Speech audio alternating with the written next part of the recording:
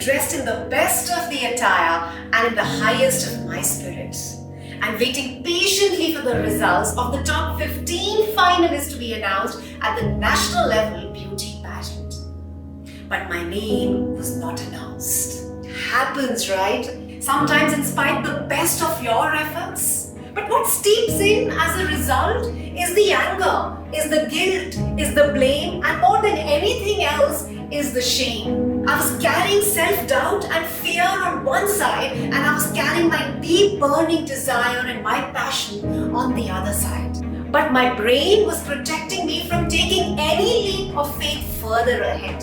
And this is when I based my life on a life-changing philosophy to bring forth the true spirit of courage, compassion, and wisdom. Thereby I resolved that I'm going to start celebrating my wins, my gifts, and my blessings, and forgive my past and commit myself for a bigger and a brighter future.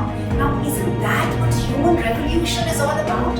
When you start wearing everything as a badge of honor, your wins and your struggles. And today I'm an author, coach, doctor, and a professor,